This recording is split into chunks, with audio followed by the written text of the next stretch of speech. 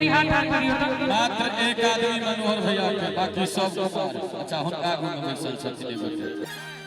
अच्छा कते गोटा के नहीं भेला से हाथ ठाड़ करियो त जिनकर नहीं भेला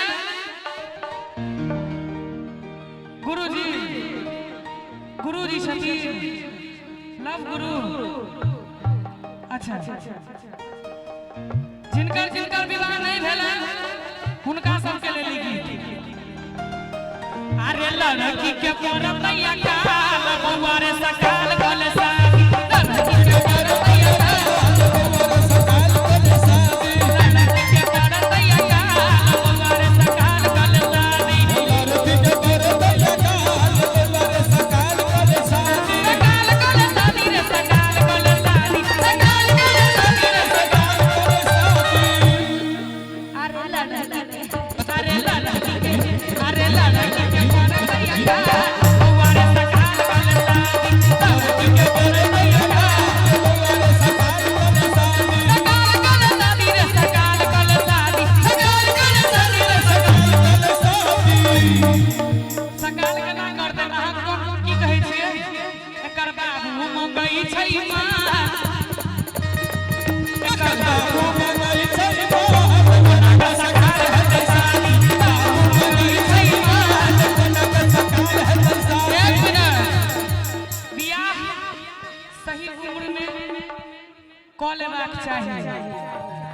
के जिनकर विवाह नहीं भेला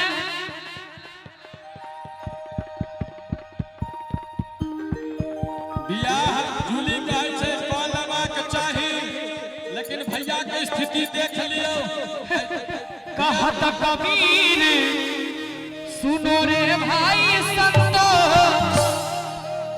कहत कबीर काजर ताजर के परछन भेलैया।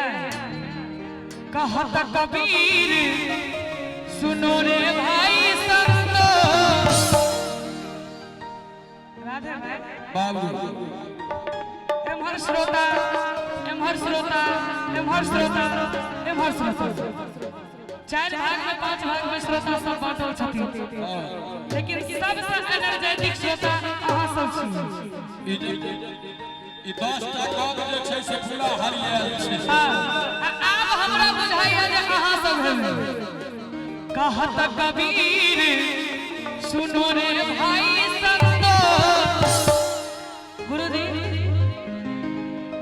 कहत कबीर सुनो रे भाई संतो। कन्या के बिना बउआ के करो ने बना तो। कन्या के बिना बउआ के करो ने बना। और बियाह भेला के बाद बहुत रास विधि व्यवहार होय छै। ओइ में होय छै तोरो नाम कियो मधुश्रावणी पूजतो। तोरो नाम कियो बरसाई तो पूजतो। कहू बिना रे बउआ के करो ने बना तो। कन्या के बिना बउआ अंगना में चिलका छहो छहो करतो। रो अंगना में चिलका छहो छहो करतो। कहू बिना रे बउआ के करो ने बना तो। कहू बिना रे बउआ के करो ने बना तो। अंगना में चिलका छहो छहो करतो। अंगना में चिलका छहो छहो करतो। कन्या के बिना बउआ के करो ने बना तो। कन्या के बिना बउआ त सबके भेलै बियाह हर मंगला। आ तोहर जोरन छौका पार। त सबके भेलै बियाह हर मंगला। तोहर जोरन छौका पार। आ कोले भोला बाबा के कोबला आई बेर लाइक जतौ जोगा। कोले भोला बाबा के कोबला आई बेर लाइक जतौ जोगा। सबके भेलै बियाह हर मंगला। सबके भेलै बियाह हर मंगला। तोहर जोरन छौका पार। कोले भोला बाबा के कोबला आई बेर लाइक जतौ जोगा। कोले भोला बाबा के कोबला आई बेर लाइक जतौ जोगा।